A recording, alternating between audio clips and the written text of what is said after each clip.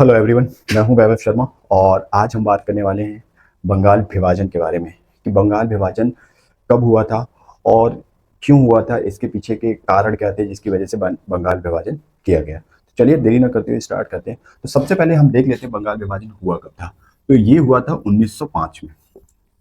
ठीक है, अब इसके पीछे कारण क्या थे? तो कई तरीके के कारण यहाँ पे थे, जिसमें से एक तो वो कारण थे जो ब्रिटिश सरकार द्वारा तर्क दिया गया था कि हाँ इसलिए बंगाल विभाजन कर रहे हैं, और एक थे जो रियल वास्तविक कारण थे।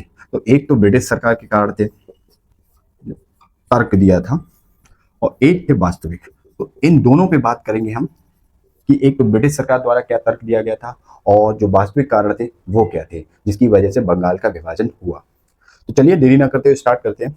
ठीक है, तो बंगाल उस टाइम पे एक बहुत बड़ा प्रांत था और काफी ज्यादा महत्वपूर्ण था। अगर हम उसकी बात कर लें कि बंगाल कितना बड़ा प्रांत था, तो उस टाइम पे बंगाल में सोचो बांग्लादेश, पश्चिम बंगाल, उड़ीसा, बिहार, झारखंड, असम का थोड़ा पार्ट, ये सारे के सारे ये जो आप पूरा देख रहे हो ये पूरा ही पूरा एक बंगाल प्रांत था। ठीक है, अब डिवाइड हो गया 1905 में। तो 1905 में डिवाइड होने के बाद ये बंगाल, और आज के टाइम पे ये जो बंगाल है जिसमें से बांग्लादेश भी निकला एक कंट्री है। ठीक है, पश्चिम बंगाल, उड़ीसा, बहुत सारे यहाँ पे स्टेट देखने को मिलेंगे। ठीक है, तो उस टाइम पे इसकी जो आबादी थी वो कितनी थी? लगभग 7 करोड़ 80 लाख इसकी आबादी थी बंगाल की। अब हम बात कर लेते हैं विभाजन की। ठीक है, तो उस टाइम पर एक वायसराय थे यहाँ पे, ब्रिटिश सरकार के वायसराय थे जिनका नाम था लॉर्ड कर्जन। तो लॉर्ड कर्जन ने क्या किया, एक औपचारिक घोषणा कर दी और कहा कि जो बंगाल प्रांत है वो इतना बड़ा है कि वहां की जो प्रांतीय सरकार है वो उसको कुशलतापूर्वक चला नहीं पा रही है। तो इसलिए क्या है, बंगाल का विभाजन किया जा रहा है। ये ब्रिटिश सरकार द्वारा तर्क दिया गया बंगाल के विभाजन को लेकर। ठीक है, तो क्या किया उन्होंने, 20 जुलाई 1905 को बंगाल विभाजन की एक ऑफिशियल तौर पर औपचारिक रूप से घोषणा कर दी कि बंगाल का विभाजन हो रहा है। और फिर 16 अक्टूबर आते आते बंगाल का विभाजन कर दिया गया 16 अक्टूबर को। तो ये तो था ब्रिटिश सरकार द्वारा जो तर्क दिया गया था बंगाल विभाजन को लेकर कि बंगाल का विभाजन क्यों किया जा रहा है। अब हम देख लेते हैं इसके पीछे के वास्तविक कारण क्या थे जिसकी वजह से बंगाल का विभाजन किया गया। तो अगर वास्तविक कारण की बात करें तो यहाँ पे सबसे बड़े जो 3 वास्तविक कारण थे वो कौन कौन से थे? तो सबसे पहला जो कारण था वो क्या था? वो था राष्ट्रवाद, नेशनलिज्म। क्योंकि उस टाइम पर 1905 के समथिंग जो राष्ट्रवाद था भारत में वो बंगाल वाले रीजन में काफी तेजी से बढ़ रहा था, और ये पनपता जो बढ़ता राष्ट्रवाद था ये ब्रिटिश सरकार के लिए काफी ज्यादा खतरनाक था।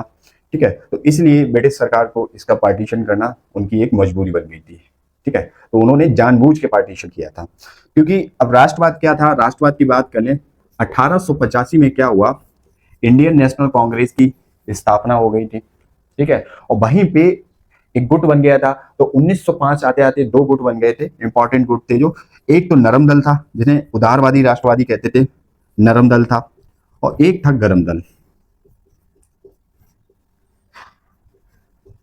जिन्हें उग्रवादी राष्ट्रवादी कहते थे। तो नरम दल में नेता थे इंपॉर्टेंट, जैसे फिरोज शाह मेहता थे, दादा भाई नौरोजी थे, गोपाल कृष्ण गोखले थे, रास बिहारी बोस थे। ये सारे के सारे नरम दल नेता थे। ठीक है, और गरम दल नेता में आते थे बाल गंगाधर तिलक आते थे, लाला लाजपत राय आते थे, विपिन चंद्र पाल आते थे। ये सब गरम दल के नेता थे। ठीक है, अब इन दोनों का उद्देश्य तो एक ही था लेकिन इनके काम करने का तरीका अलग था। ठीक है, नरम दल वाले अपना काम जो करते थे वो प्रार्थना पत्र भेजते थे, कोई समस्या होती थी या प्रतिनिधि होता था उसको भेजते थे ब्रिटिश सरकार के पास। ठीक है, लेकिन गरम दल का काम करने का तरीका ऐसा नहीं था। उनका जो काम करने का तरीका था हड़ताल करना। ठीक है, जो चीजें हैं उनको लेकर बाइकआउट करना, उनका बहिष्कार करना, प्रदर्शन करना। ठीक है, ये सब गरम दल का काम था। लेकिन उद्देश्य दोनों का यही था कि क्या करना, ब्रिटिश सरकार से इनको आजादी एक टाइप की। ओके, तो ये था 1885 में बना था ये तो राष्ट्रवाद। तो ये जो चीज थी वो ब्रिटिश सरकार के लिए क्या है, घातक बनती जा रही थी, उनके लिए खतरा पैदा कर रही थी। इसीलिए एक वास्तविक कारण हो जाता है कि बंगाल को उन्होंने 2 पार्ट में डिवाइड कर दिया। एक बना दिया पश्चिम बंगाल और एक बना दिया पूर्वी बंगाल। तो पहला रीजन तो ये था। अब दूसरे रीजन की अगर हम बात कर लें तो दूसरा रीजन था हिंदू मुस्लिम एकता, मुस्लिम यूनिटी। ठीक है, अब हिंदू मुस्लिम एकता भी को भी ब्रिटिश सरकार को तोड़ना जरूरी था। ठीक है, अब किसी घर को बर्बाद करना है तो उसके अंदर फूट तो डालनी पड़ेगी, और ये तो ब्रिटिश सरकार की जो थी वो क्या थी, ब्रिटिश शासन की एक बहुत पुरानी नीति स्टार्टिंग से चलती आई, फूट डालो राज करो की नीति। ठीक है, तो उन्होंने वही नीति को अप्लाई कहाँ कर दिया, हिंदुस्तान में, हिंदू मुस्लिम यूनिटी के बीच में। और हिंदू मुस्लिम यूनिटी को लेकर ही उन्होंने क्या किया, एक पश्चिम बंगाल बना दिया जहां पर हिंदू बहुसंख्यक थे, हिंदू बहुसंख्यक, हिंदू मेजोरिटी में थे। और जो पूर्वी बंगाल था वहां पे मुस्लिम मेजोरिटी में थे, मुस्लिम बहुसंख्यक थे। तो ये भी सबसे बड़ा कारण था हिंदू मुस्लिम जो एकता थी उसको तोड़ने की। फूट डालो राज करो नीति के तहत उन्होंने क्या किया, इसको ब्रेक किया, और इसी के चलते उन्होंने क्या किया, जो बंगाल का विभाजन था उसको दो पार्ट में कर दिया। एक तो हिंदू बहुसंख्यक जहां पश्चिम बंगाल बना दिया, एक मुस्लिम बहुसंख्यक क्षेत्र उसको पूर्वी बंगाल बना दिया बंगाल का। ठीक है, अब तीसरा यहाँ पे जो कारण आ जाता है, तीसरे कारण की बात करें तो तीसरा यहाँ पे आता है आपका भाषा के आधार पर। अब देखो, बंगाल के जो बंगाली भाषीय क्षेत्र थे उनको भी क्या किया इन्होंने, पश्चिम और पूर्वी बंगाल में क्या कर दिया, डिवाइड कर दिया।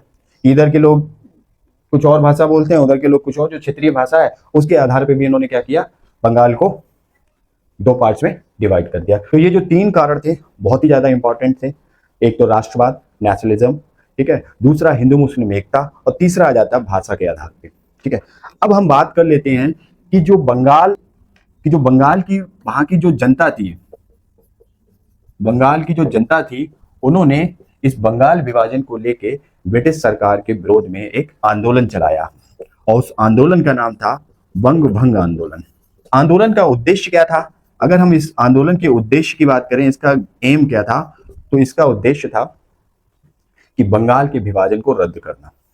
लेकिन इस आंदोलन का कुछ ज्यादा इंपैक्ट ब्रिटिश सरकार पे पड़ा नहीं।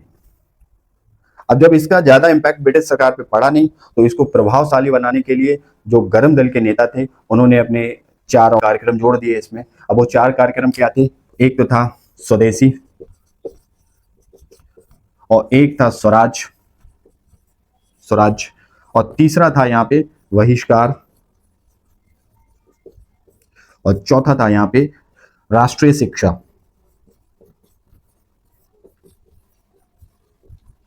इनको जोड़ दिया और क्या किया, बंग भंग जो आंदोलन था उसको स्वदेशी या बहिष्कार आंदोलन बना दिया। अब जो यहाँ पे 2 आंदोलन स्टार्ट हो गए, बंग भंग तो स्टार्टिंग में नाम था, इसके बाद इसमें जो 4 कार्यक्रम जोड़ दिए गए गर्म दल द्वारा, और इसके बाद इसको स्वदेशी आंदोलन बना दिया गया। लेकिन देखा जाए कि दोनों का जो उद्भव था, जहां से स्टार्टिंग हुई, वो एक ही थी, लेकिन दोनों के उद्देश्य अलग अलग थे। उद्देश्य कैसे अलग थे कि बंग भंग का उद्देश्य था कि केवल बंगाल विभाजन को रद्द किया जाए, वहीं स्वदेशी का जो स्वदेशी मूवमेंट चलाया गया, स्वदेशी मूवमेंट बंग भंग ने आगे जाके स्वदेशी का रूप ले लिया। तो स्वदेशी का जो उद्देश्य था वो उद्देश्य था कि बंगाल विभाजन को इतना फैलाओ कि पूरे भारत में राष्ट्रवाद फैल जाए। तो चलिए, ये था हमारा बंगाल विभाजन पे एक ओवरव्यू, और उम्मीद करता हूं आपको अच्छा लगा होगा। आपको तो मिलते हैं नेक्स्ट वीडियो में एक न्यू टॉपिक के साथ।